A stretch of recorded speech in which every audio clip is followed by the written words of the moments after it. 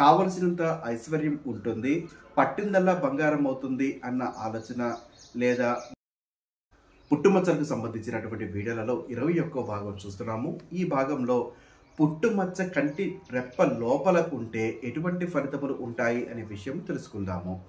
కావలసినంత ఐశ్వర్యం ఉంటుంది, పట్టిందల్లా బంగారం అవుతుంది అన్న ఆలోచన లేదా మట్టి కూడా బంగారం అయ్యేటటువంటి తత్వము అని మీరు వినే ఉంటారు కదా.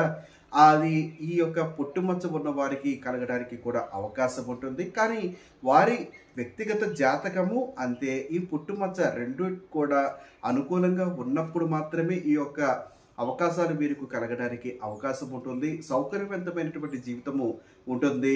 తమ అభిరుచులకు అనుకూలంగా చక్కగా జీవిస్తూ ఉంటారు. ఏది కూడా వారి దగ్గర నుంచి దూరం చేసుకోరు. వారికి ఏదైతే అవకాశం ఉంటుందో ప్రతి ఒక్క పనిని కూడా సద్వినియోగం చేసుకోవడానికి ప్రయత్నం చేస్తుంటారు. అందరినీ సన్మార్గంలో నడిపించడానికి ప్రయత్నం చేస్తూ ఉంటారు. వీరిని చూస్తే ఈర్ష్య కలిగే విధంగా కూడా ఉండడానికి అవకాశం ఉంటుంది. భగవంతుడి మీద గట్టి నమ్మకం కలిగి ఉంటుంది. భగవత్ ఆరాధన ఎక్కువగా చేస్తూ ఉంటారు.